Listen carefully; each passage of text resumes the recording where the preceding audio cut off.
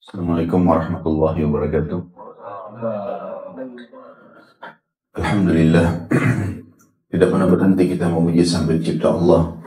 Sebagai seorang muslim kita sangat yakin tentang kalimat la ilaha illallah, la ma'budu bihaqqin illallah. Tidak ada Tuhan, pencipta, pemilik, penguasa semua yang di langit, semua yang di bumi, semua yang di kedalaman lautan kecuali Allah.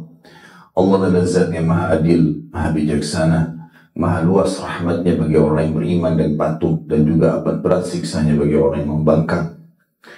Allah dengan kemahasempurnanya telah memudahkan kita untuk berhubungan dengan jaringan kalimat yang sangat mudah untuk diucapkan dan menjadi penyebab utama segala kebutuhan kita di roda kehidupan di muka bumi yang dipenuhi, yaitu kalimat Alhamdulillah. Maka jadilah orang yang selalu mengucapkan kalimat ini. Selanjutnya kita panjatkan salam hormat kita kepada manusia terbaik yang telah mengemban amanah wahyu dari Sang Pencipta Allah untuk menyampaikan kepada seluruh jin dan manusia. Dan sebelum meninggal dunia dia telah menyampaikan seluruh amanah itu. Tidak ada lagi yang dibutuhkan untuk panduan hidup bagi manusia dan jin, baik halal maupun haram, perintah dan larangan Sang Pencipta kecuali sudah disampaikan.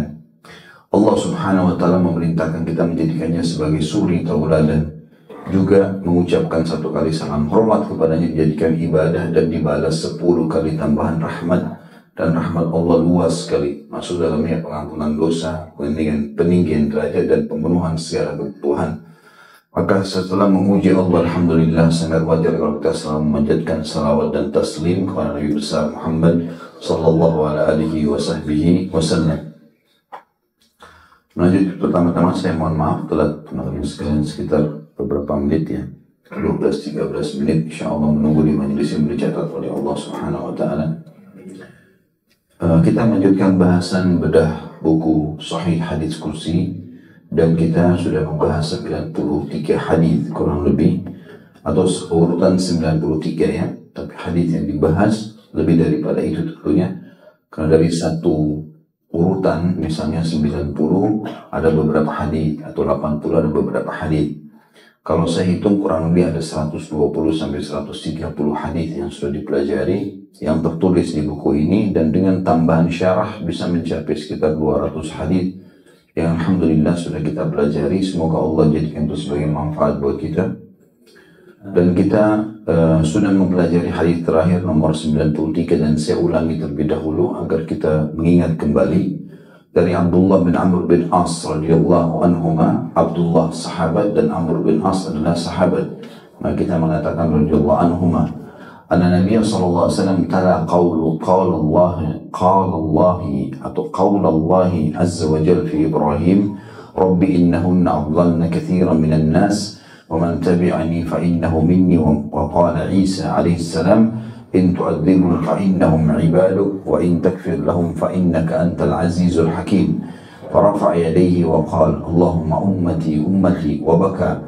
Wa qala Allah azza wa jalla ya Jibril idhhab ila Muhammadin wa rabbuka a'lam fas'alhu ma yubkihi atau ma yubkika.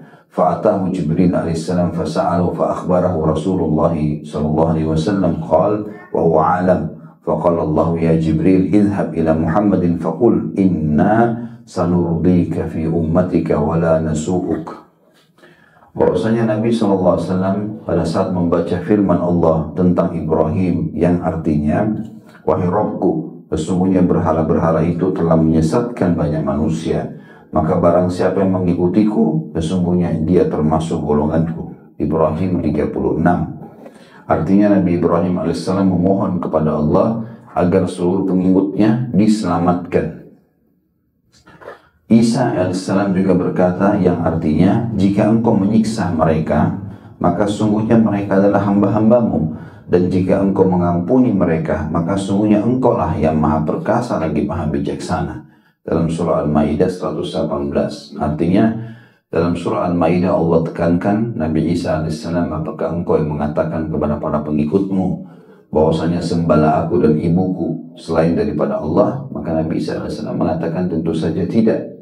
Lalu terus saja Allah Subhanahu wa Ta'ala meminta pertanggungjawaban Isa AS sampai akhirnya Isa mengatakan, sesungguhnya aku tetap terus menyampaikan apa yang kau perintahkan kepadaku, selama aku berada di tengah-tengah mereka, dan pada saat engkau wafatkan aku, engkau lah yang lebih mengetahui keadaan mereka. Lalu Nabi Isa berkata, kalau engkau menyiksa mereka ya Allah, sesungguhnya mereka adalah hamba-hambamu, dan jika engkau mengampuni mereka, sesungguhnya engkau adalah maha perkasa lagi maha bijaksana. Artinya seakan-akan Isa alaihissalam memohon agar umatnya pun dimaafkan oleh Allah. Lalu Nabi SAW mengangkat kedua tangannya ke langit pada saat membaca dua firman Allah ini tentang Nabi Ibrahim dan Isa alaihissalatu wassalam, ya Allah, umatku, umatku. Lalu beliau SAW menangis. Maka Allah Azza wa Jalla berfirman, wahai Jibril, pergilah kepada Muhammad, padahal Rabbmu lebih tahu ya, apa yang diinginkan atau apa yang sedang ditangisi oleh Nabi SAW. Lalu tanyakan kepadanya, atau saya kepada Muhammad, apa yang membuatmu menangis? Jibril AS mendatanginya dan menanyakan kepadanya, lalu Rasulullah SAW mengabarkan kepadanya apa yang telah beliau katakan, padahal Allah lebih tahu. Kemudian Allah berfirman, wahai Jibril, pergilah kepada Muhammad lalu katakan, sesungguhnya kami akan membuatmu ridho perihal umatmu dan kami tidak akan menyakitimu. Hadis ini diriwayatkan Imam Muslim. Dan ini sudah kita jelaskan panjang lebar, termasuk dari awal-awal bab bagaimana kita adalah umat terbaik dan umat yang paling diridhoi oleh Allah Subhanahu wa taala, walaupun ada di antara kita yang bermaksiat kepada Allah. Ya, terbukti bahwasanya kita termasuk, kalau yang masuk surga, maka umat yang pertama masuk ke dalam surga. Hadis sudah sering kita ulangi dari awal bab kita, yang kata Nabi SAW, surga diharamkan untuk nabi-nabi sebelum aku masuk, dan terharamkan untuk umat-umat sebelumku sebelum umatku masuk. Jadi kita yang paling pertama. Yang kedua, kita adalah umat terbanyak yang akan masuk dalam surga. Sebagaimana Nabi SAW bersabda, apakah kalian ridho kalian menjadi sepertiga ahli surga? Mayoritas ahli surga sepertiganya adalah kalian. Maka para sahabat bertakbir, Allahu Akbar, tentu saja ya Rasulullah. Kata Nabi SAW, apakah kalian ridho menjadi setengah ahli surga? Maka para sahabat pun bertakbir, ya saking gembiranya, mengatakan Allah Akbar, tentu saja. Lalu kata Nabi SAW, demi zat yang jiwaku dalam genggamannya, sungguhnya akan menjadi 2/3 dari ahli surga. Artinya mayoritasnya dari kita. Kemudian juga kita kenal ada usatul mu'minin, orang-orang mukmin yang punya dosa dari umat Islam. Maka mereka akan dibersihkan dulu dosanya dalam neraka, kemudian dikeluarkan dan masuk ke dalam surga. Sebagaimana dalam hadis yang sahih juga dijelaskan, Allah akan mengeluarkan dari umat ini yang tadinya ahli neraka, dimasukkan ke dalam surga, dan mereka akan dimasukkan ke dalam sungai-sungai kehidupan di pinggir surga. Lalu mereka tumbuh seperti tumbuhnya tanam-tanaman. Ya. Sebagian riwayat mengatakan ahli surga akan diperintahkan memberikan air kepada mereka. Dan sekian banyak tentunya keutamaan-keutamaan yang sudah kita bahas yang lalu. Tapi yang jelas hadis ini menitik beratkan bahwasanya Allah Subhanahu wa taala akan memberikan Nabi Muhammad SAW keselamatan bagi umatnya melebihi nabi-nabi yang sebelumnya. Sekarang kita masuk pagi ini, semoga Allah berkahi lanjutan bahasan tentang keutamaan umat Nabi Muhammad SAW. Hadis 94 dan sanad sahih dari Malik bin Sa'sa'ah radhiyallahu anhu, dia mengatakan Nabi SAW bersabda, lalu beliau menyebutkan hadis Mi'raj yang di dalamnya disebutkan, thumma furidat alayya 50 salatan fa aqbaltu hatta ji'tu Musa faqala ma sana'ta qultu furidat alayya 50 salah qala ana a'lamu bin nasi minka alajtu bani Israel ashadda al-mu'alajati wa inna ummataka la tutiq farji' ila rabbika fasalhu faraja'tu fasa'altuhu faja'alaha 40 thumma mithlahu thumma 30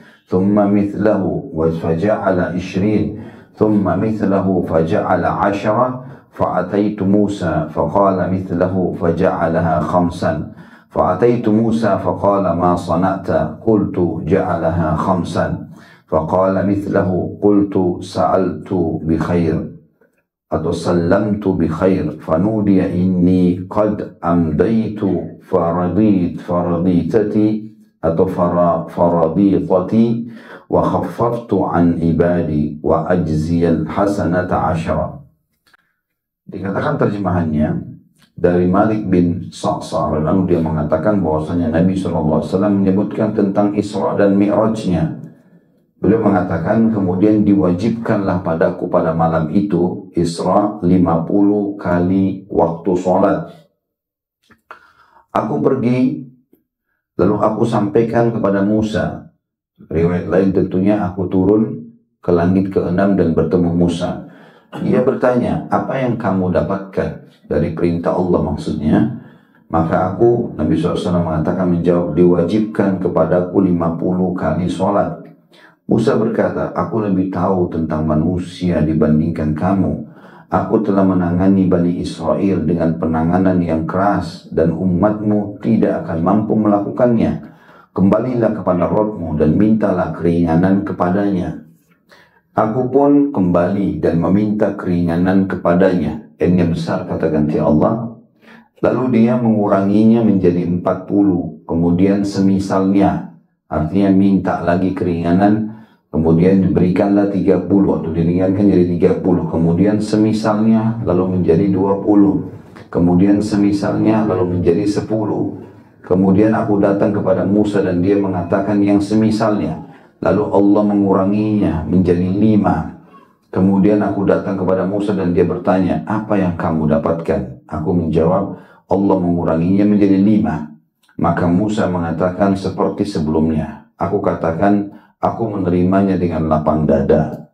Lalu diserukanlah, sesungguhnya aku telah memberlakukan ketetapanku, kata Allah. K-nya besar berarti Allah. Dan ini saksi bahasan kita hadis qudsinya. Sesungguhnya aku telah memberlakukan ketetapanku dan aku telah meringankan terhadap hamba-hambaku.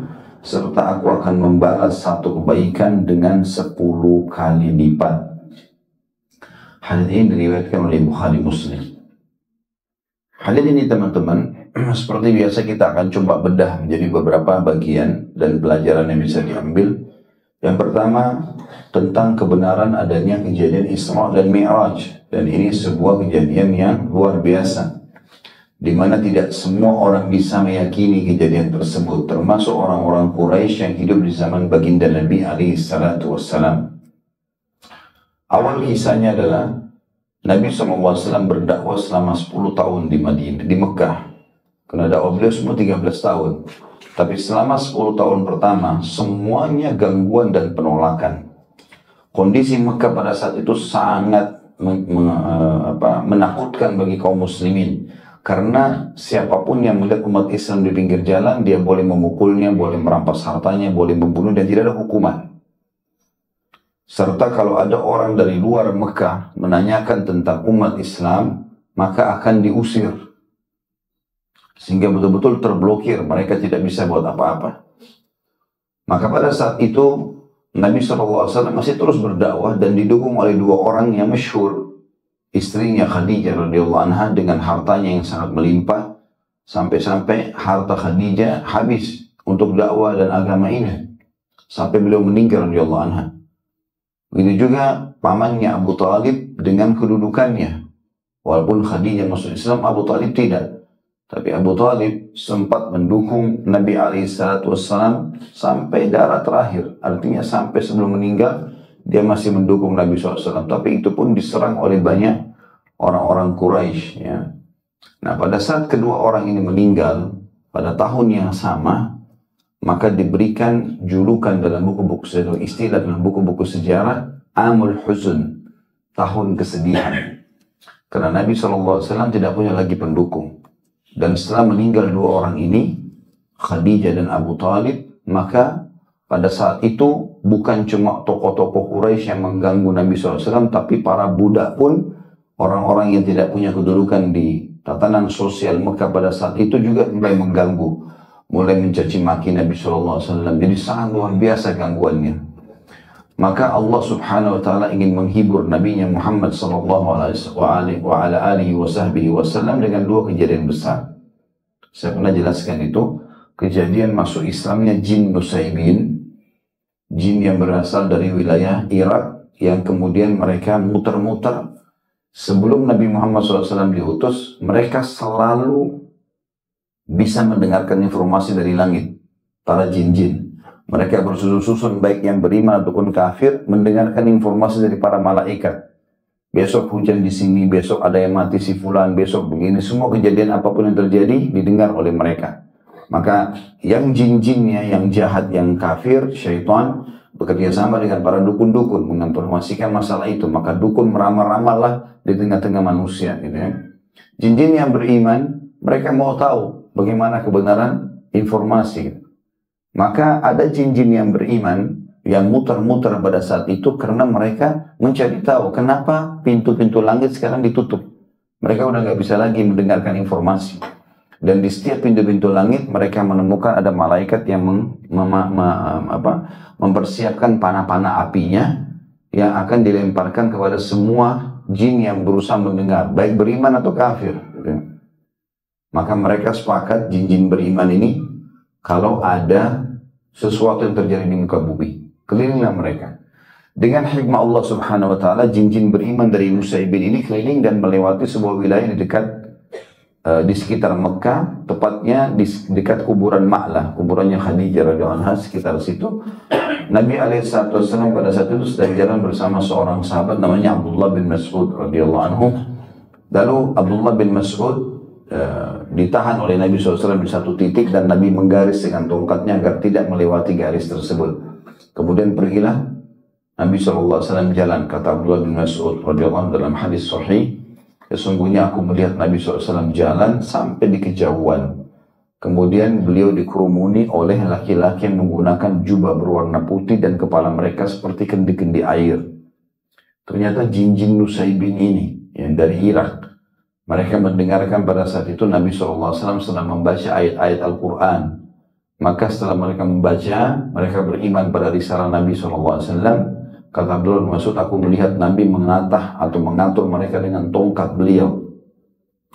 Kemudian setelah itu mereka beriman dan mereka pulang mendakwahi kaumnya. Ini hiburan pertama. Artinya kata para ulama, seakan-akan Allah SWT ingin mengatakan kepada Nabi Muhammad SAW, kalau penduduk Mekah menolak dakwamu, maka ada golongan jin yang akan beriman kepadamu. Itu yang pertama. Yang kedua, beberapa hari setelah itu terjadilah kasus Isra dan Mi'raj. Pas masuk tahun 11 dari masa kenabian di Mekah atau masa dakwah. Jadi 10 tahun pertama gangguan semua, di tahun ke-11 terhiburlah Nabi SAW dengan Isra dan Mi'raj. Kejadian yang luar biasa. Dan Allah sebutkan khusus surah nomor 17 dalam Al-Quran, namanya surah Al-Isra. Ya. Bagaimana Allah SWT memperjalankan Nabi SAW dari Masjidil Haram ke Masjidil Aqsa, dan dari Masjidil Aqsa, Mi'raj ke langit. Tentu ini ceritanya panjang sekali, tetapi ringkas cerita yang ingin disampaikan dalam poin ini adalah pada saat Nabi SAW naik ke langit pertama, beliau bertemu dengan nabi-nabi, langit kedua, langit ketiga, langit keempat. Termasuk yang beliau temui adalah langit ke-6, itu ada Musa alaihissalam. Sebelumnya langit kelima ada Harun, gitu kan. Langit ke-4 ada Yusuf, gitu. Ada nabi-nabi di situ. Langit ke-7 terakhir Nabi Ibrahim alaihissalam. Tapi saksi bahasa di langit ke-6 Musa alaihissalam. Nabi SAW terus saja naik dalam hadits yang panjang Isra Mi'raj dan bertemu dengan para nabi-nabi ini. Semuanya nabi-nabi mengatakan selamat datang wahai saudaraku yang saleh dan nabi yang saleh, kecuali Ibrahim alaihissalam yang mengatakan selamat datang wahai anakku yang saleh dan nabi yang saleh. Kemudian setelah itu karena memang Nabi SAW dari turunan Ibrahim. Setelah itu Nabi SAW naik ke Sidratul Muntaha, kemudian beliau menggambarkan bagaimana indahnya Sidratul Muntaha itu di atas langit ke-7. Beliau mengatakan dipenuhi dengan perhiasan-perhiasan yang seperti kuping-kuping gajah besarnya, dan aku tidak bisa menggambarkan karena indahnya. Kemudian disitulah beliau menerima perintah 5 waktu sholat. Setelah itu beliau turun untuk ke bumi. Mau turun ke bumi lagi, tapi di langit ke-7 Nabi Ibrahim SAW tidak bicara apa-apa. Begitu turun langit ke-6 ditahan oleh Musa alaihissalam. Itulah yang diceritakan dalam hadis yang sahih ini. Bagaimana Musa alaihissalam bertanya, hai Muhammad, perintah apa yang kau dikasih? Maka Nabi SAW mengatakan 50 waktu sholat. Maka Musa berbagi mengatakan, sesungguhnya aku telah menghadapi Bani Israel. Maknanya di sini adalah Bani Israel ini pembangkang, banyak masalahnya. Kita kalau baca dalam ayat Al-Quran, dalam surah Al-Baqarah, mereka buat masalah dengan sapi betina itu ya. Pada saat ada orang mati di antara mereka disuruh untuk untuk menyembelih sapi dan potongan sapi itu ditepuk ke orang mati bisa bicara, mereka tunda-tunda. Masa sih nggak masuk akal gitu, terus saja. Padahal ini berita dari Nabi Musa AS sebagai mukjizat. Betul juga mereka dilarang memancing hari Sabtu. Mereka tak mancing hari Sabtu. Sampai Allah kutuk sebagian mereka menjadi kera dan babi pada saat itu. Dijelaskan dalam surah Al-A'raf ayat 163 sampai 168 tentang masalah kisah Ashabus Sabt. Dan banyak kejadian-kejadian mereka, gitu kan. Sampai pernah Bani Israel di zaman Musa AS karena mereka tidak mau mengikuti isi Taurat, Allah angkat gunung mereka. Gunung Tur itu dicabut sama Allah di atas kepala mereka. Kalau mereka tidak mau ikut Taurat, dihantam dengan gunung itu. Mereka saksikan gunung sampai terbang. Gitu. Ini tidak pernah terjadi kepada kita umat Muhammad SAW. Tapi umat mereka pernah terjadi. Nabi Musa SAW pernah terjadi. Lalu mereka kembali. Pada saat ada sebagian ulama-ulamanya Bani Israel ikut dengan Nabi Musa AS ke gunung untuk menerima wahyu, mereka nggak terima. Sampai Allah binasakan mereka. Mati. Lalu Nabi Musa AS berdoa. Lalu mereka hidup kembali, dihidupkan oleh Allah Subhanahu Wa Taala. Karena durhakanya luar biasa gitu. Yang jelas teman-teman sekalian, ada juga hadis Nabi SAW yang berbunyi, semoga Allah membinasakan kaum Yahudi karena pada saat Allah mengharamkan bagi mereka bangkai dan lemaknya, atau lemak bangkai, maka mereka mengambil lemak tersebut lalu mereka cairkan dan mereka jual. Padahal tidak boleh dijadikan minyak maksudnya. Jadi mereka coba merekayasa apa yang telah Allah SWT haramkan. Dan banyak kejadian mereka lakukan. Mereka sangat mengganggu Musa AS. Kejadian yang tidak bisa terlupakan adalah pada saat mereka pertama dibebaskan oleh Allah dari kejaran Fir'aun. Di depan mata mereka. Kita bayangkan teman-teman kalau kita berdiri di Laut Merah. Kita lihat depan mata air itu berdiri seperti tembok. Itu diceritakan dalam Al-Quran. Dan Bani Israel jalan. Sampai dikatakan pada saat mereka jalan, itu tanahnya kering dan mereka bisa lihat ikan di kiri kanannya. Seperti lihat kolam. Jadi kayak kaca air itu. Pada saat mereka selamat dan mereka lihat depan mata pasukan Fir'aun yang selama ini mereka takutkan dihantam oleh air tersebut, tenggelam semuanya. Dan mengapung jenazah-jenazah mereka, Fir'aun dan yang lainnya. Dan sampai sekarang Fir'aun masih ada jasadnya gitu ya. Baru mereka saksikan depan mata, begitu lewat dari Laut Merah, masih di pinggiran Laut Merah mereka jalan, rupanya ada satu kaum di sana sedang menyembah pohon. Maka mereka mengatakan kepada Musa AS, ij'al lana ahliha kama lahum aliha. Hai Musa, buatkan kami Tuhan sebagaimana mereka punya Tuhan. Maka Musa AS mengatakan, innakum qaumun tajhalun. Kalian kaum yang sangat bodoh. Baru Allah selamatkan depan mata kalian Fir'aun, musuh kalian, lalu kalian minta Tuhan selain Allah gitu. Dan sekian banyak kejadian tentu dari Bani Israel. Makanya Musa AS berkata dalam hadis ini, pada saat bertemu dengan Nabi SAW, Nabi Musa mengatakan, aku lebih ngerti menghadapi manusia daripada kamu. Ini manusia yang pernah aku ajak ini dakwah, manusia yang paling cengkal di muka bumi. Luar biasa membangkangnya. Makanya ada kalimat di sini kan, aku lebih mengerti manusia daripada kamu di sini. Lalu beliau mengatakan, aku telah menangani Bani Israel dengan penanganan yang keras. Dan umatmu tidak akan mampu melakukannya. Artinya, mereka saja sempat menyaksikan sekian banyak ayat-ayat. Sampai gunung Tur dicabut di atas kepala mereka dan segala macam mereka saksikan. Mereka masih saja tidak mau melakukan perintah. Bahkan pernah, Bani Israel itu dikasih manna wassalwa. Makanan turun dari langit. Ya. Ada makanan yang manis dan juga daging burung yang enak untuk dimakan. Itu turun dari langit setiap hari. Mereka nggak perlu masak.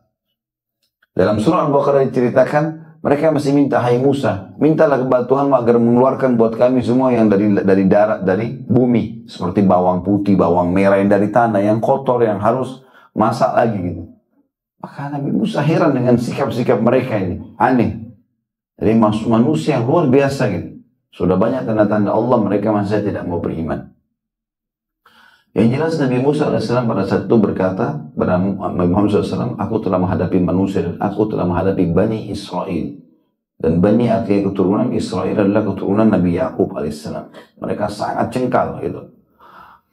Maka aku yakin selain mereka juga tidak mampu menjalankan perintah. Lebih baik kau minta keringanan, hai Muhammad. Maka Nabi SAW kembali kepada Allah. Riwayat lain, ya Allah ringankanlah buat umatku. Allah SWT ringankan 10 sholat. Berarti menjadi 40. Ya. Coba teman-teman bayangkan kalau kita kerjakan diperintahkan 50 waktu sholat. Ya. Setiap 15 menit azan. Siap nggak? Ini aja 5 waktu sholat luar biasa. Masih sering tertinggal gitu kan. Apalagi 50. Musa alaihissalam faham tentang keadaan kita manusia. Maka Nabi SAW kembali diringankanlah dalam riwayat lain per 5, 45, 40, 35 gitu. Riwayat ini menjelaskan per 10 diringankan. Yang jelas insya Allah tidak ada bentrok antara riwayat-riwayat ini. 10 jadi sisa 40, turun lagi ditahan lagi oleh Musa. Hai Muhammad, berapa yang dikasih? 40, masih berat. Minta lagi keringanan. Nabi SAW kembali diringankan lagi 10 jadi 30. Terus begitu sampai sisa 5. Setelah 10 pun Nabi Musa masih mengatakan minta keringanan, maka Allah ringankan 5. Sisa 5 waktu sholat yang kita tahu sekarang tentunya. Maka Musa masih mengatakan lagi minta keringanan. 5 pun itu Musa AS masih minta keringanan. Maka dalam sebuah riwayat Nabi SAW mengatakan, aku telah malu kepada Tuhanku. Kalau riwayat kita ini, aku telah menerima dengan lapang dada. Gitu. Maka pada saat itulah Allah Subhanahu wa Ta'ala memastikan bahwasanya sudah menjadi ketetapanku, tidak bisa diubah lagi 5 waktu sholat itu, tapi aku akan berikan setiap pahala 10 kali lipat. Jadi walaupun 5 waktu sholat sama dengan kita kerjakan 50 waktu sholat, karena setiap pahalanya dikasih 10 kali lipat. Jadi pelajaran pertama adalah tentang kejadian Isra dan Mi'raj, dan ini adalah salah satu hal yang harus diimani oleh setiap orang beriman. Dan Allah sudah turunkan surah khusus namanya surah Al-Isra. Pelajaran kedua tadi sudah kita jelaskan tentang masalah keadaan Bani Israel. Ya.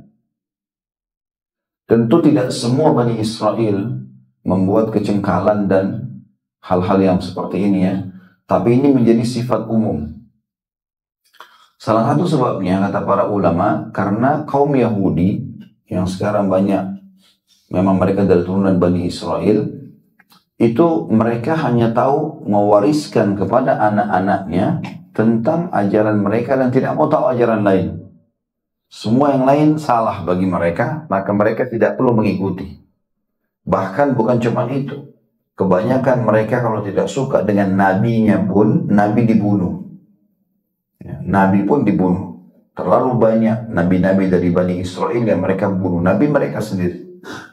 Ya, termasuk yang terbunuh di tangan mereka adalah Nabi Yahya, anaknya Nabi Zakaria alaihi wassalatu wassalam. Nabi aja mereka bunuh gitu. Jadi jangan heran kalau mereka hanya sekedar membunuh umat Islam di Palestina. Nabi mereka saja mereka bunuh gitu kan. Dan yang unik orang-orang Yahudi ini atau dari Bani Israel ini, mereka tahu kebenaran tapi tidak mau ikut. Semua Yahudi di Madinah 3 suku Qainuqa, Nadir dan Quraidah itu tahu tentang Nabi Muhammad SAW. Semuanya tidak terkecuali orang besar ataupun anak-anaknya. Semua tahu kalau Nabi Muhammad SAW benar. Banyak riwayat berhubungan dengan masalah itu. Di antaranya masuk Islamnya Sofia radhiyallahu anha, istri Nabi SAW itu adalah orang Yahudi. Sofia binti Huyai. Huyai ini pendeta Yahudi, ayahnya Sofia. Dan itu tahu benar tentang Nabi Muhammad SAW. Karena waktu Abdullah bin Salam, pendeta Yahudi, salah satu pimpinan mereka masuk Islam di tangan Nabi SAW, maka diundanglah Huyai bin Akhtab, Amr bin Akhtab, dan beberapa yang lainnya, pendeta-pendeta mereka. Kemudian dipanggil dan diajak masuk Islam, tapi mereka menolak. Pada saat mereka menolak, dan mereka tahu Abdullah bin Salam sudah masuk Islam, maka mereka pulang ke rumah. Kata Sofia, waktu itu aku masih kecil, umur 9 tahunan. 8-9 tahun. Setiap kali ayah dan pamanku masuk ke dalam rumah, pasti mereka selalu menciumku kecuali pada saat mereka dipermalukan oleh Abdullah bin Salam di masjid Nabi SAW. Dan aku mendengar sendiri ayah dan pamanku berkata, apakah benar dia? Ini kan Nabi yang disebutkan dalam Taurat. Maka yang satu mengatakan, iya, memang dia. Apa kau sudah pastikan ciri-cirinya? Iya, benar. Lalu apa keputusanmu? Kata pamannya Sofia kepada ayahnya Sofia, keputusanku aku tidak akan beriman selamanya kepadanya. Tahu kebenaran tapi tidak mau. Ya. Ini ciri mereka. Mereka tahu mereka akan masuk ke neraka. Dalam hadis perang Khaybar, waktu Nabi SAW menembus benteng mereka di perang Khaybar, mereka tahu Nabi SAW. Mereka sudah tahu Nabi akan datang, dan itu disebutkan dalam Taurat bahwasanya orang-orang yang kufur di antara mereka akan diperangi oleh Nabi terakhir itu. Ada kisahnya dalam Taurat, tapi mereka ikuti justru orang-orang yang kafir itu. Maka pada saat itu Nabi SAW mengetahui di makanan mereka taruh racun. Maka Nabi SAW bilang, waktu itu mereka orang-orang Yahudi hidangkan makanan, panggil pendeta-pendeta mereka, jangan ada yang makan makanan ini. Para sahabat itu sudah lapar, 40 hari lebih mengepung benteng Yahudi, gitu kan. Dan yang menghidangkan makanan adalah orang-orang Yahudi. Alasan mereka bentuk ya ketundukan mereka terhadap hukum Nabi SAW. Tapi Nabi dapat wahyu. Nabi SAW sempat makan potongan dagingnya, dan para sahabat pada saat mau makan Nabi tahan. Ada satu sahabat yang mati karena keracunan itu. Dan Nabi Muhammad SAW sendiri mengatakan, racunnya terus aku rasakan seperti memutus urat-urat sarafku. Ya. Padahal Nabi SAW cuma makan sedikit saja gitu kan. Intinya pada saat Nabi SAW panggil pendeta Yahudi, lalu Nabi SAW tanya. Ya, pertanyaannya ada 3. Yang pertama Nabi tanya kepada mereka, siapakah penghuni neraka? Maka mereka, mereka Nabi SAW tanya, siapa kakek kalian? Maka mereka sebutkan nama kakek mereka. Tapi rupanya mereka ubah itu. Mereka punya kakek, kebetulan orang-orang Yahudi di Khaybar waktu itu, fulan gitu. Dan orang ini ternyata sangat lemah secara fisik. Juga nggak dikenal di masyarakat, pengecut. Maka mereka cari nama kakek lain orang Yahudi juga, yang berani baru mereka nisbatkan ke nama mereka. Jadi mereka bisa mengubah nasabnya. Anak cucunya nggak tahu. Jadi misalnya namanya Ahmad bin Muhammad bin misalnya Yusuf. Maka Yusuf ini diganti sama dia. Ini contoh saja jalurnya. Diganti ke nama satu orang lagi, siapa namanya Musa misalnya. Musa ini pemberani. Diganti sama mereka. Jadi hilanglah nama kakek itu. Tapi Nabi SAW dapat wahyu. Nabi tanya siapa kakek kalian? Mereka bilang Fulan bin Fulan yang pemberani. Kata Nabi, kalian bohong. Ya, kalian telah menggantinya. Nah, kakek kalian Fulan bin Fulan. Mereka kaget. Ya, kan? Lalu Nabi tanya lagi, siapa penghuni neraka? Lucunya waktu itu riwayat Bukhari ini. Imam Bukhari meriwayatkan masalah hadis sahih. Kata orang Yahudi, kami akan masuk neraka dulu, baru kemudian digantikan oleh kalian, umat Islam. Kata Nabi SAW, kalian dusta. Kami tidak akan menggantikan kalian. Artinya mereka tahu mereka akan masuk ke neraka. Tapi tetap saja cengkal dengan itu. Itu juga setelah itu Nabi SAW mengatakan, apakah kalian meletakkan racun di makanan ini? Pertanyaan ketiganya. Maka mereka sudah dijebak 2 kali dalam Nabi SAW. Mereka mengatakan iya. Kata Nabi, kenapa kalian lakukan itu? Mereka mengucapkan kalimat menjadi argumentasi buat diri mereka sendiri. Mereka mengatakan, kami ingin membuktikan kalau kau seorang Nabi, kau tidak akan kena racun itu. Dan kau akan tahu, tapi kalau kau bukan Nabi, kau akan mati. Kalau kau hanya raja, maka kerajaan kami kembali. Karena mereka punya 9 benteng besar, kerajaan besar di Khaybar waktu itu. Sampai hari ini masih ada puing-puingnya, gitu kan, peninggalan benteng-benteng mereka sangat luar biasa, di atas gunung-gunung dibangun gitu.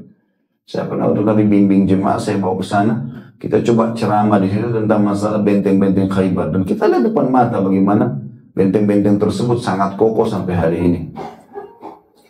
Yang jelas pada saat itu teman-teman sekalian, mereka mengatakan kalau kamu adalah nabi, maka kau akan tahu kan racun itu. Kalau kau bukan nabi, kalau hanya raja merebut kerajaan kami, maka kau akan mati.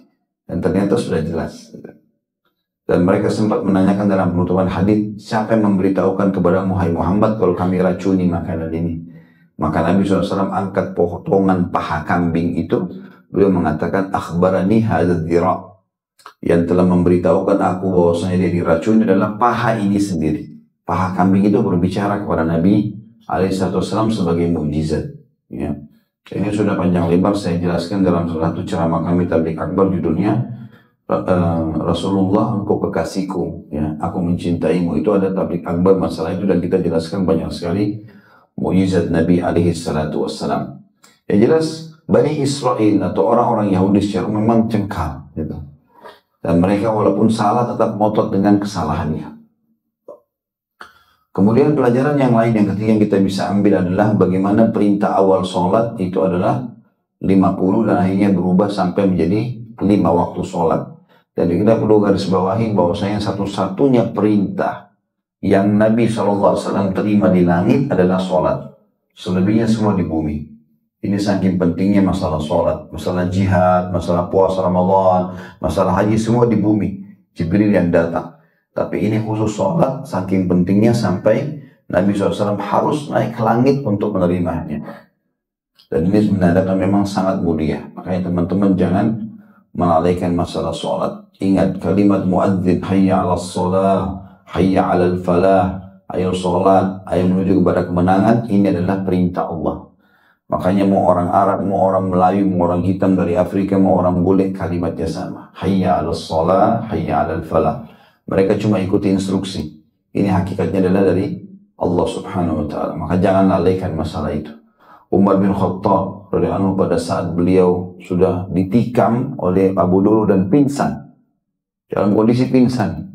Dan waktu sebelum pingsan sempat ada satu tabib datang, dokter, memberikan beliau susu, mau cek nih, lukanya separah apa.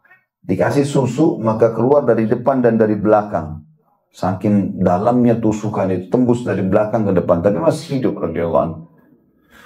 Setelah itu pingsanlah Umar bin Khattab. Waktu dia pingsan, Ali bin Abi Thalib dengan pamannya Abbas radhiyallahu anhu dari situ Ali bin Abi Thalib waktu itu selain sahabat Umar juga mertuanya Umar, karena Umar menikah terakhir dengan Ummu Kalthum, anaknya Ali bin Abi Thalib, saudaranya Hasan dan Husain radhiyallahu anhum. Maka yang terjadi adalah Ali bin Abi Thalib, Abbas mengatakan, bagaimana caranya kita sudah masuk waktu sholat nih, biasanya Umar yang pimpin jadi imam, gimana caranya sekarang? Dia pingsan. Maka kata Ali bin Abi Thalib, saya akan bisikkan di kupingnya sholat, dia pasti bangun kalau dengar kalimat sholat walaupun pingsan. Maka Ali bin Abi Thalib mendekat sambil mengatakan, ya Amirul Mukminin, as-salah, as-salah. Wahai pemimpin orang beriman, sholat sudah masuk waktunya, sholat sudah masuk. Tiba-tiba Umar dikatakan bangun, padahal dalam kondisi pingsan, gitu kan. Lalu beliau mengatakan, tidak ada keislaman bagi seseorang yang meninggalkan sholat. Lalu beliau sholat radhiyallahu anhum ajma'in. Jadi sholat memang sesuatu yang sangat luar biasa. Dan Nabi SAW mengatakan, al-ahdul ladzi baina bainahum tarkus shalah faman taraka faqad kafar. Perbedaan dasar antara kami dengan orang-orang kafir adalah sholat. Sampai meninggalkan dia telah kufur. Ya, apalagi kalau dia meninggalkan secara jahdan, membangkang. Kalau takasulan, malas-malasan, masih dikenakan dosa besar. Tetapi kalau membangkang, tidak ada sholat itu, maka ini kafir mutlak. Sepakatan jumhur ulama dia kafir.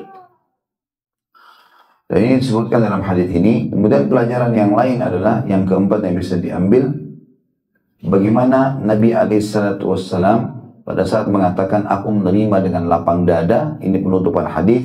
Allah mengatakan aku akan membalas satu kebaikan dengan 10 kali lipat. Ini sejalan dengan firman Allah yang lain, a'udzubillahi minasyaitonirrajim, man jaa'a bil hasanati falahu asyru amsalihha. Siapa yang mendatangkan satu pahala perbuatan baik, Allah bilang, maka kami akan balas 10 kali lipat. Itu juga dengan sabda Nabi alaihi salatu wassalam, ya. Kalau setiap amal soleh akan dilipat gandakan menjadi 10 kali lipat. Itu jumlah minimal. Dan dia bisa berlipat ganda menjadi lebih daripada itu. Sampai 700 kali lipat dan kelipatan-kelipatan yang banyak tergantung kadar keikhlasan Bapak Ibu sekalian. Makin ikhlas maka makin besar pahalanya. Makin banyak Bapak Ibu ngajak orang ibadah maka makin besar pahalanya. Kayak kita pergi sholat sendirian, ya sudah kita dapat pahala kita. Tapi kalau kita ajak orang lain, kita bangun masjid, ya, kita motivasi orang lain, maka itu semua kita akan panen pahalanya. Maka akan sangat banyak porsi pahala yang bisa kita dapatkan. Maka di sini dimaksud teman-teman sekalian akan dilihatkan umatku dan jumlahnya sangat banyak, dan kita bisa bayangkan pada saat itu populasi manusia tentu lebih banyak dari jumlah sekarang. Kalau mencapai 10 miliar saja, maka semuanya Islam. Belum yang sudah lewat dari zaman Nabi SAW sampai zaman itu. Makanya jumlah kita paling banyak kita. Kemudian dikatakan dan rupa mereka begitu mengagumkan karena keluar cahaya. Ini sesuai dengan hadis Bukhari Muslim yang lain.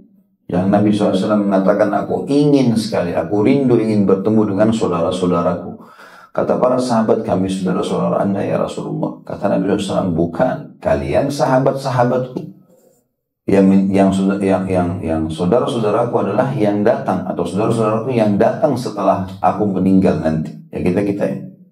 Lalu kata para sahabat, bagaimana Anda mengenal mereka ya Rasulullah? Karena ketemunya di mahsyar nanti. Kita kan ketemunya Nabi di mahsyar, gitu kan. Pada saat dibangkitkan. Maka kata Nabi SAW, akan keluar dari tempat-tempat wudhu mereka cahaya yang terang. Terus Nabi SAW mengatakan dalam hadis lain, siapa yang bisa memanjangkan jamahan wudhunya maka lakukanlah. Misalnya telapak tangan batas minimal di sini, dia lebihkan. Siku batas minimal di sini, dia lebihkan. Kaki batas minimal, mata kaki dilebihkan sampai ke betis. Ini semua menjadi penyebab cahaya yang sangat terang pada hari kiamat. Jadi dimaksud di sini mengagumkan adalah karena akan keluar cahaya-cahaya itu. Nabi SAW menggambarkan dalam hadis lain adalah seperti unta yang memiliki di 4 kakinya dan di daerah dahinya itu bulu yang berwarna putih. Badannya mau warna apapun terserah. Misalnya coklat, hitam gitu kan, merah. Yang jelas kakinya 4-4-nya bulunya putih dan dahinya. Bukankah bisa dibedakan dengan kuda-kuda yang lain? Kata para sahabat, iya Rasulullah. Kata Nabi SAW, begitulah umat itu akan datang pada hari kiamat nanti. Jadi potongan makna mengagumkan di sini adalah mengeluarkan cahaya. Ya. Itu potongan pertama dari hadis yang bisa kita jelaskan dan ambil pelajaran tadi. Jadi yang dimaksud dengan padang luas adalah mahsyar, dan jumlah kita banyak memang karena populasi yang sangat banyak, termasuk nanti kalau sudah diutusnya Isa alaihissalam di akhir zaman. Kemudian juga mengagumkan adalah mengeluarkan cahaya. Kemudian potongan yang kedua, Allah bertanya kepada Nabi SAW, apakah kamu telah ridho? Makna ridho adalah menerima ini. Dan ridho sudah pernah kita jelaskan, seperti sejalan dengan makna hadis Nabi SAW, ridho Allah fi ridho walid, wa sakhatullah fi sakhatil walid. Ridhonya Allah ya tergantung pada ridho orang tua. Maka ridho orang tua maksudnya adalah bagaimana orang tua kita selalu berkhidmat dengan dia sampai membuat dia puas, sampai tidak ada lagi celah di mana kebutuhan orang tua yang tidak kita penuhi, gitu kan? Maka namanya ridho. Maka di sini Nabi SAW ditanya oleh Allah SWT, apa kau sudah ridho? Dan ini menandakan teman-teman sekalian berarti jumlah yang diperlihatkan oleh Nabi SAW kepada Nabi SAW di mahsyar ini sangat luar biasa. Sejalan dengan hadis lain yang kata Nabi SAW, aku dilihatkan di malam Isra itu kelompok manusia yang saking banyaknya seperti warna hitam. Dan aku mengira itu umatku. Maka dikatakan, aku bertanya kepada Jibril, siapa mereka ini? Maka dikatakan kepadaku umat Musa. Lalu diperlihatkan kepadaku 2 kali lipat dari jumlah yang tadi. Maka aku bertanya, siapa mereka? Aku kira mereka umatku. Nanti dikatakan mereka adalah pengikut Isa. Lalu diperlihatkan kepadaku berlipat-lipat ganda dari jumlah itu, yang sampai dimanapun mata melihat di situ terjangkau. Maksudnya terlihat semua hitam, gelap, saking banyaknya. Berlipat-lipat dari jumlah 2 kelompok tadi. Maka aku bertanya, siapa mereka? Kata Jibril, ini adalah umatmu. Jadi memang kita ini jumlahnya sangat banyak. Alhamdulillah tentu terhadap hal tersebut. Kemudian Allah SWT bertanya, apakah kau ridho? Kau lihat semua ini. Cukup gak bagi kamu ini jumlah umatmu sebanyak ini? Kata Nabi SAW, iya wahai Rabbku. Kenapa Nabi SAW mengatakan iya? Karena beliau belum pernah lihat jumlah sebanyak itu. Padahal teman-teman perlu tahu ya, Nabi Muhammad SAW sempat menyaksikan sebelum beliau meninggal, pada saat selesai pembebasan kota Makkah dan kalahnya suku Hawazin di perang Hunain, itu Allah ceritakan ya dalam Al-Quran surah An-Nasr, idza jaa nasrullahi wal fath. Terus Allah bilang, wa ra'aitan nasa yadkhuluna fi dinillahi afwaja. Dan engkau akan, kalau datang kemenangan dari Allah, engkau akan lihat manusia berbondong-bondong masuk dalam agama Allah. Itu digambarkan teman-teman di Madinah pada saat itu tidak ada tempat untuk jalan. Saking banyaknya manusia datang mau masuk Islam. Baik yang masuk Islam karena suka dengan Islam, baik yang masuk Islam karena takut diserang. Mereka semua datang. Dan Nabi SAW melihat jumlahnya mereka memenuhi Madinah. Berarti menandakan memang yang Nabi lihat di sini lebih banyak lagi. Karena beliau melihat, sudah pernah melihat jumlah yang sangat banyak di zaman itu. Potongan yang ketiga adalah firman Allah Subhanahu wa Ta'ala, bersama mereka terdapat 70.000 orang yang masuk surga tanpa hisab. Saya pernah jelaskan teman-teman, di timbangan amal hari kiamat nanti ada 3 golongan. Ya. Ada golongan yang masuk surga tanpa hisab, dan semoga kita termasuk insya Allah. Ini diantaranya para nabi-nabi, para syuhada, ya, orang-orang yang banyak cobaannya di dunia. Karena orang cobaan ini akan menjadi pembersihan dosa, gitu kan. Yang kata Nabi SAW, seorang mukmin terus diuji di dirinya, di keluarganya dan hartanya sampai dia bertemu dengan Allah, tidak tertinggal satupun dosa dia, gitu kan. Maka ada orang-orang ini tidak ditimbang lagi amalnya, gitu kan. Atau orang mati syahid, karena kata Nabi SAW, orang mati syahid semua diampuni dosanya kecuali utangnya saja, jadi semuanya bersih. Orang yang sering pergi haji, ya, yang kata Nabi SAW, siapa yang pergi haji tidak rafath, mengucapkan kalimat syahwat, tidak fusuk, berbuat kejahatan, dia akan pulang dari haji seperti baru dilahirkan oleh ibunya. Jadi nggak ada dosanya, gitu kan? Dibersihkan. Maka ini tentunya. Dan ada secara khusus 70.000 masuk surga tanpa hisab. Siapa mereka yang disebutkan ciri-cirinya? Selain daripada golongan nabi-nabi, syuhada tadi, ya. Nah, ini kemudian ada juga orang yang masuk surga. Nanti kita kembali ke poin pertama, masalah orang yang masuk surga tanpa hisab ini. Yang kedua adalah ada orang masuk surga tapi dengan hisab dulu. Ditimbang amalnya. Pas amal baiknya lebih banyak dari amal buruknya masuk surga, tapi tetap dihisab namanya. Tetap ditimbang. Ya. Ada yang ketiga masuk surga tapi melalui neraka dulu. Mereka karena dosanya lebih berat daripada amal salehnya, masuk dulu ke neraka, dibersihkan baru masuk ke dalam surga. Gitu kan.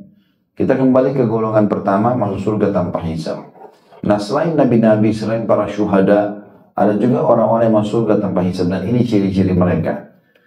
Ciri pertama yang disebutkan, ini pelajaran selanjutnya dari hadis, yaitu orang-orang yang tidak meminta diruqyah. Di sini tentu pendapat ulama banyak dalam masalah ini.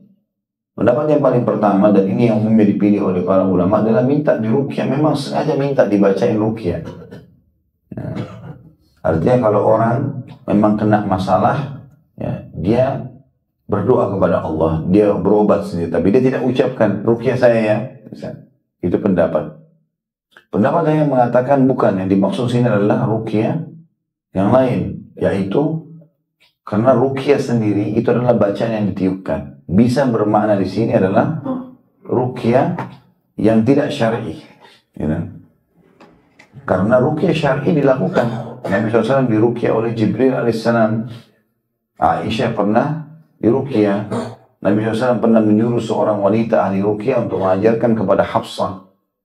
Dan beliau mengatakan, la ba'sa biruqyah malam takun syirkan. Tidak masalah dengan ruqyah selama itu bukan kesyirikan. Ya, selama itu bukan kesyirikan. Jadi ini khilaf di antara ulama tentang masalah makna ruqyah di sini. Tapi secara umum teman-teman, ruqyah itu boleh. Secara umum, ya. Apalagi kalau dasarnya kita ada masalah, ya. Seperti misalnya orang kena sihir, ya, termasuk ada indikasi dia kena ainnya, seperti tadinya sehat tiba-tiba sakit tanpa sebab, ya. Yang kata Nabi SAW, hati-hati dengan ain, karena mayoritas umatku mati karena ain, dan itu obatnya ruqyah, ya. Ada buku khusus judulnya itu Ruqyah Syariah, kalau nggak salah diterbitkan dengan pustaka Imam Syafi'i. Saya pernah bedah juga buku itu, panjang lebar 3 jaman dengan praktek masalah ruqyah itu sendiri. Maka itu cukup banyak dalil yang menjelaskan tentang masalah bolehnya ruqyah, ya. Jadi kalau kita berpegang pada pendapat pertama, berarti memang kalaupun kita dalam kondisi sakit, kita nggak minta ruqyah. Tapi kalau kita di ruqyah nggak masalah, gitu kan. Kalau pendapat kedua mengatakan khusus masalah ruqyah, kalau dia adalah ruqyah syariah boleh. Kita pun minta, misalnya kita lagi selalu ketindihan, selalu mimpi buruk, kalau kita datang kepada seseorang ahli ruqyah, kita mengatakan ruqyah anak saya. Itu dibolehkan, tapi ruqyah syar'i, gitu kan. Kalau ruqyah yang sembarangan ini nggak ada tentunya. Ada orang bilang boleh mengobati sihir dengan sihir, itu nggak benar. Hanya mantra-mantra juga yang digunakan, itu nggak benar semuanya. Ini ciri yang pertama. Ciri yang kedua, tidak melakukan pengobatan dengan menggunakan besi panas atau bahasa Arabnya kai. Jadi besi panas ini, besi dipanasin, terus kemudian dikagetin di tubuh. Ya, ini biasanya untuk pengobatan stroke atau memberhentikan darah yang tidak bisa berhenti ngalir terus. Ya.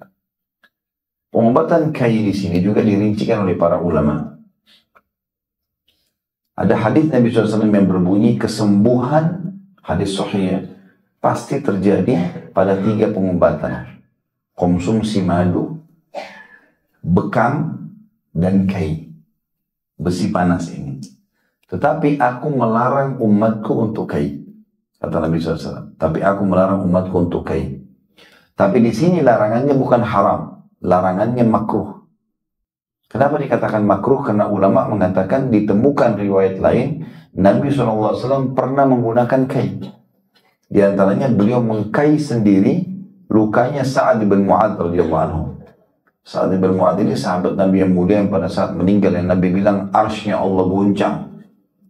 Orang yang sangat mulia. Di perang Khandaq sempat dada beliau kena panahnya musuh dan luka parah gitu. Tidak bisa berhenti darahnya sampai berhari-hari. Maka Nabi SAW sendiri yang mengkai luka beliau untuk memberhentikan darahnya. Berarti di sini larangannya bukan haram tapi makruh. Secara umum seseorang menjadikan kai pengobatan terakhir sekali, kalau darurat sekali. Kalau tidak, maka tidak dilakukan sama dia. Demi untuk mendapatkan keutamaan hadis ini tentunya ya. Cuma saya ingin titik beratkan teman-teman, madu dan bekam tidak boleh berhenti. Sakit nggak sakit. Tiap hari. Minum madu ya, bukan minum air madu. Madunya diminum. Ya. Air madu, 1 sendok kecil, airnya 1 jek besar, itu air madu namanya. Minum madu. 1 kilo madu itu kalau setiap hari kita minum, jadikan targetnya 2 minggu maksimal. 10 hari, 1 minggu sudah habis. Itu namanya baru minum madu. Jadi ada manfaatnya. Kalau madu 1 kilo 2 tahun baru habis, ya, maka itu tidak bermanfaat begini. Ada tapi tidak akan maksimal. Karena Nabi SAW bilang kesembuhan pasti terjadi pada madu. Dia sakit tidak sakit dia akan tetap bermanfaat. Dan ini tentu cari madu-madu yang asli. Karena madu asli walaupun mahal, 1 sendoknya lebih besar manfaatnya dibandingkan 1 botol atau 3 botol madu yang biasa, yang murah, yang dipakai gula dan segala macam itu. Karena saya pernah temukan sendiri, itu kebetulan ipar saya jual itu di Surabaya. Dia bilang, adik sampai tahu ada peternakan di daerah sekitar situ, itu bukan lagi untuk menghemat, ya, lebahnya bukan lagi pergi cari sari bunga, tapi dia taruh karung, ditaruh gula pasir, dibasahin air. Kan baunya keluar tuh. Nah lebah-lebah pada datang ke situ ngambil gula itu. Jadi makanya madunya yang dikeluarin ada gulanya, bukan manis alami. Maka orang yang diabetes bermasalah ini, gitu kan. Harusnya cari madu-madu yang asli walaupun mahal ya. Soalnya yang masyhur madu Yaman, madu Kashmir, ada madu-madu yang masyhur ya. Mungkin dari hutan-hutan asli Indonesia juga banyak ya. Ya mungkin itu yang asli, insya Allah itu sangat bagus. Tapi ini jangan lewatkan ini. Kalau perlu minum teh, minum kopi, ya semuanya madu, bukan lagi gula pasir. Pakai madu saja. Itu sangat bagus ya. Insya Allah sangat bagus. Ini pengobatan nabawi dan Allah SWT turunkan surah nomor 16, surah An-Nahl, ya, dan menceritakan tentang masalah madu itu. Gak mungkin salah ini. Yang kedua bekam. Tiap bulan harus bekam. Kalau saya bilang sama jemaah, tidak usah pilihan, bekam saja. Haruskan bekam. Kalau perlu belajar sendiri. Saya di rumah sampai punya alat sendiri. Saya ajarin di istri saya caranya. Jadi kalau saya mau bekam, saya minta tolong beli yang bekam. Bapak Ibu lakukan itu dan ada titik-titik sendiri di pundak-pundak kita di YouTube semua. Di YouTube sudah ada, di Google sudah ada. Tinggal ketik titik bekam sunnah, maka kelihatan semua. Tinggal kita pasang kopnya sendiri. Ada jarum kecilnya, cuma disentuhkan sedikit saja. Ya. Maka itu insya Allah sangat baik. Karena Nabi SAW mengatakan kesembuhan pasti, nggak ada keraguan di madu dan di bekam. Terutama di tanggal 17, 19, dan 21 dari bulan Hijriah. Sebagaimana Nabi SAW perintahkan itu, berbekamlah kalian di hari 17, 19, 20 hari bulan Hijriah. Saat ini di Jakarta alhamdulillah sudah mulai hidup ya, karena di tanggal-tanggal ini biasanya tempat-tempat bekam penuh di Jakarta. Ini sangat bagus. Sampai sebagian ulama mengatakan kalau orang memastikan madu ini setiap hari dan bekam rutin setiap bulan, aman dari penyakit dengan izin Allah SWT. Karena ini pengobatan nabawiyah, nggak mungkin salah, gitu kan? Karena Nabi sudah pastikan kesembuhan ada di situ. Ya, berapa banyak orang yang tidak bisa jalan, punggungnya sakit, diklaim ini dan itu sama dokter harus operasi. Setelah bekam, masya Allah sembuh. Ya, setelah bekam, masya Allah sembuh. Ya.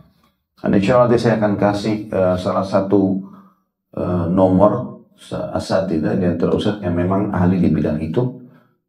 Tapi yang berminat saja yang datang ke saya nanti bilang, karena kalau saya bagikan kesian juga kalau semuanya telepon. Ya. Kemudian selanjutnya potongan ketiga, ciri mereka tidak melakukan tatayyur. Tatayyur diambil dari kata-kata tayr yang berarti burung. Ya. Jadi orang-orang Arab jahiliyah mereka lakukan dua hal dengan burung ini. Yang pertama, mereka ambil burung merpati lalu mereka lepaskan. Kalau mereka misalnya mau ada timur ada barat, mereka mau ke barat nih tujuannya, jalannya misalnya. Kalau burung yang mereka lepas ke arah barat, mereka yakin akan selamat. Kalau burung itu terbang ke arah timur, maka mereka akan celaka. Mereka tidak jadi berangkat. Seperti itulah. Tentu ini kebodohan. Karena bisa saja burung yang dilepas itu jantan, dia lihat burung betina di timur kan diikuti. Bisa saja begitu. Tapi ini kejahilian, kebodohan mereka. Cara yang lain, ini mereka banyak sekali menggantungkan nasib sama burung ini. Entah keyakinan dari mana. Diambillah bulu burung itu dicabut, ditulisi. Lakukan, bulu yang kedua tidak lakukan, bulu ketiga kosong. Lalu mereka kasih kepada dukun-dukun mereka. Ini sebelum Islam di Mekah ya. Mereka taruh dalam satu kotak, mereka taruh di Ka'bah. Kotak itu. Peramalnya nanti datang kalau misalnya dia mau buka usaha, dia mau menikah, anaknya mau menikah, dia mau safar, apa saja, datang ke kotak itu. Lalu dia undi nasibnya di situ. Dia ambillah dengan tanpa melihat, tangannya dimasukkan di kotak itu. Kalau keluar bulu yang tertulis lakukan, berarti dia akan berkah. Kalau yang tidak lakukan, berarti dia akan celaka. Kalau keluar bulu yang tidak tertulis, dia harus mengulangi supaya dapat salah satu di antaranya. Maka ini dalam Islam tidak ada. Yang sudah pernah kita jelaskan masalah itu ya. Jadi tatayur sebenarnya menggantungkan nasib pada benda. Ini mirip kalau di Indonesia kayak tangan kanan gatal, mau keluar duit, tangan kiri mau dapat duit. Matanya di atas kedap-kedip mau senang, kalau di bawah mau sedih. Ini semua tatayur, nggak boleh. Semua nggak boleh. Menganggap waktu sial, hari Selasa itu sial, tempat ini angker. Nggak ada tempat angker dalam Islam. Semua ini bumi Allah. Kalau Bapak Ibu mau cari tempat yang tidak ada orang mati, Allahu a'lam, kita nggak tahu. Mungkin tembok-tembok kita sudah bercampur dengan tanah yang dulu juga jenazahnya orang, kita nggak tahu. Itu dinukil oleh Imam Qurtubi rahimahullah dalam buku beliau At-Tadhkirah. Beliau mengatakan bahwasanya saya menyaksikan, kan beliau ulamanya Spanyol. Beliau mengatakan saya menyaksikan sendiri sebagian kuburan dibongkar, kemudian terikutlah tulang-tulang dan yang lainnya mereka kelola kembali menjadi atap-atap rumah, dinding-dinding. Itu beliau menyatakan dalam buku beliau masalah itu. Dan berapa banyak kejadian-kejadian seperti itu kita tidak pernah tahu. Jadi tidak namanya tempat angker. Orang kalau sudah mati, kalau dia orang beriman, dia akan bahagia di alam barzahnya. Kalau dia orang kafir, disiksa. Nggak ada namanya lagi ruh gentayangan akan mengganggu kita. Jadi nggak ada namanya tempat angker itu. Ya. Sampai aneh-aneh kadang-kadang kalau lewat lembah ini, oh ini pernah jatuh bus di sini, banyak begini dan begitu. Di gunung itu ada ini dan ini mirip dengan kejadian orang-orang Mekah. Saya pernah jelaskan itu. Dalam surah Al-Jin kan diceritakan masalah itu. Allah ceritakan dalam surah nomor 72. Orang-orang Mekah itu teman-teman iseng ini, nggak ada sebabnya. Mereka kalau jalan, safar, turun di satu lembah, lalu pemimpin kafilahnya minta bekal dari semua orang yang anggotanya. Bekal mau kasih sedikit-sedikit diambil. Lalu dia pergi ke tengah-tengah lembah, lalu dia bilang, wahai penjaga lembah, jangan ganggu kami ya. Nggak ada apa-apa. Dia yang iseng buat itu. Ya. Wahai penjaga gunung, wahai penjaga gua, wahai penjaga laut, apalah macam-macam. Ini tidak ada semuanya. Ini semua yang urus ini adalah para malaikat. Itulah fungsi mereka, menggantikan siang malam, menurunkan hujan, populasi manusia, populasi hewan, urus lautan, itu semua malaikat. Bapak Ibu baca surah nomor 72 dan 79 menjelaskan masalah dalam Al-Quran.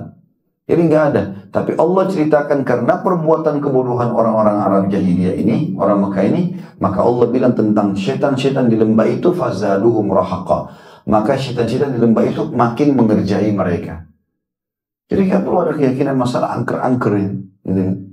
Kalau ada rumah tidak mau dijual karena pernah ada orang bunuh diri, Bapak Ibu beli saja.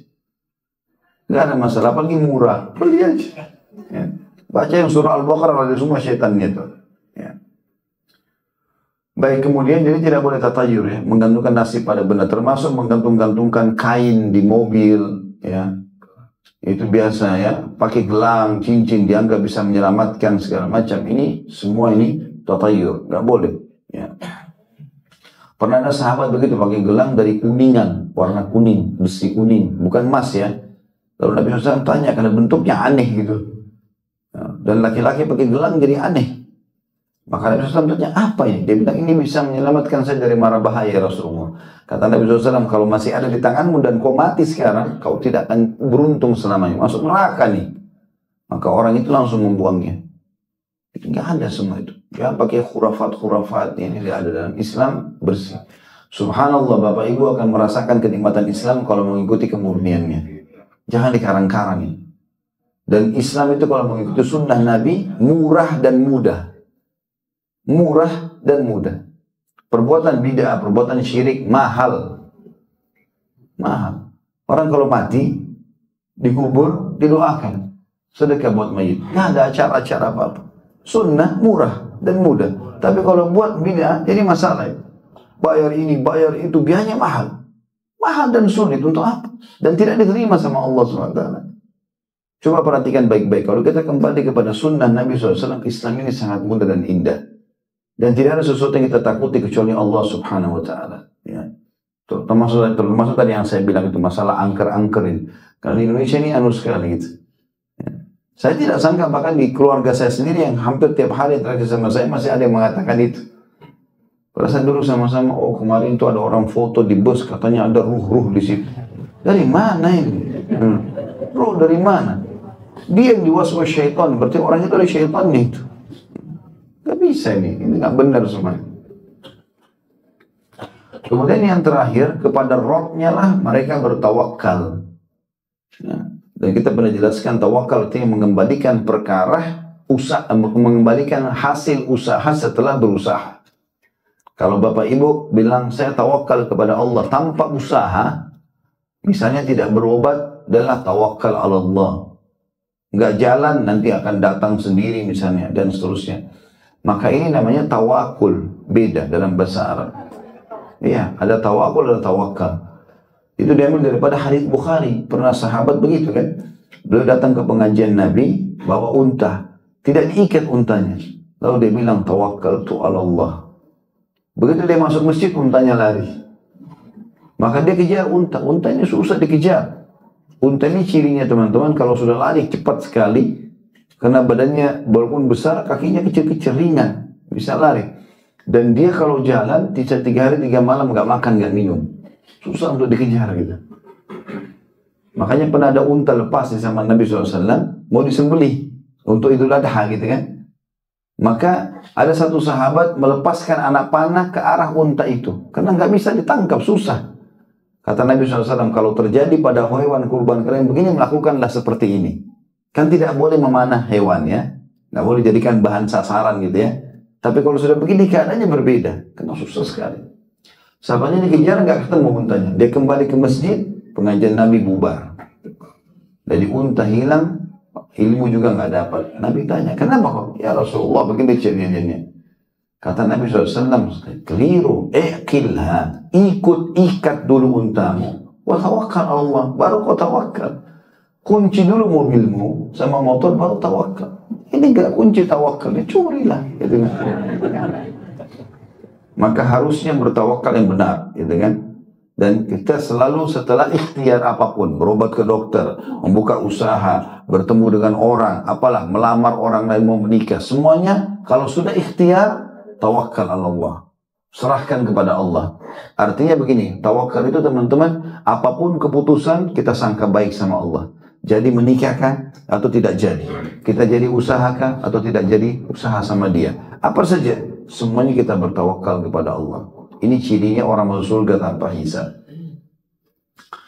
Kemudian potongan yang terakhir dari hadis ini adalah Uqasyah berkata, Uqasyah bin Muhsan radhiyallahu anhu adalah sahabat Nabi yang mulia, terkenal sekali dengan kesolehannya. Ya, Uqasyah ini adalah orang yang sangat soleh dan sangat tampan radhiyallahu anhu. Beliau terkenal Uqasyah ini dengan penunggang kuda yang paling mahir dan juga ahli menggunakan pedang di atas kuda. Ya, makanya di kancah peperangan beliau termasuk orang yang sangat disegani gitu. Maka Uqasyah ini orang yang sangat cerdas kata para ulama.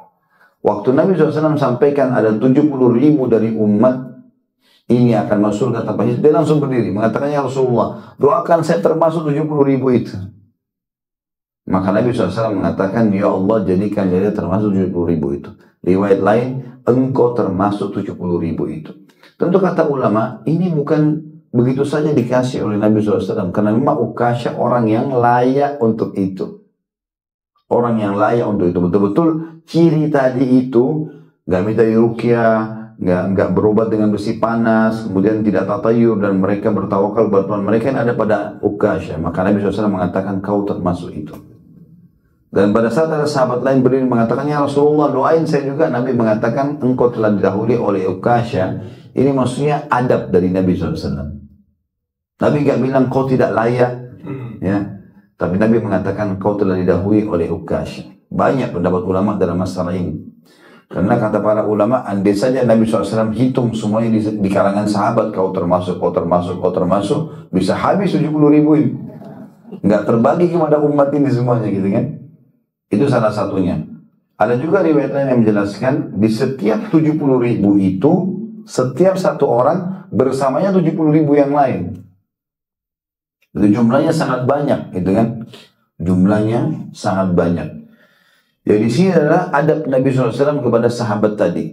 Dan ini termasuk kita kalau menjelaskan kepada orang, jangan kita jatuhkan, tetapi kita mengatakan dengan bahasa-bahasa kiasan yang semestinya sudah cukup untuk memberikan jawaban untuk orang tersebut. Jadi Nabi SAW tidak mengatakan kau tidak layak, tapi kau telah didahului oleh Uqasyah. Dan ini termasuk hikmah dari Nabi alaihi salatu wassalam. Baik, sebagai penutup teman-teman sekalian, ada yang berminat untuk bergabung, ada program kami di Idul Adha ini, Adha Fam, kurban, ya. Dan itu kalau yang berminat insya Allah bisa hubungi teman-teman ada di depan nanti, ada Iqbal juga, bisa diambil formulir flyernya dari mereka, dari teman-teman bisa ikut insya Allah kalau berminat tentunya. Baik, begitu saja, semoga bermanfaat. Subhanakallahumma bihamdika, asyhadu an la ilaha illa anta astaghfiruka wa atubu ilaik. Wassalamualaikum warahmatullahi wabarakatuh.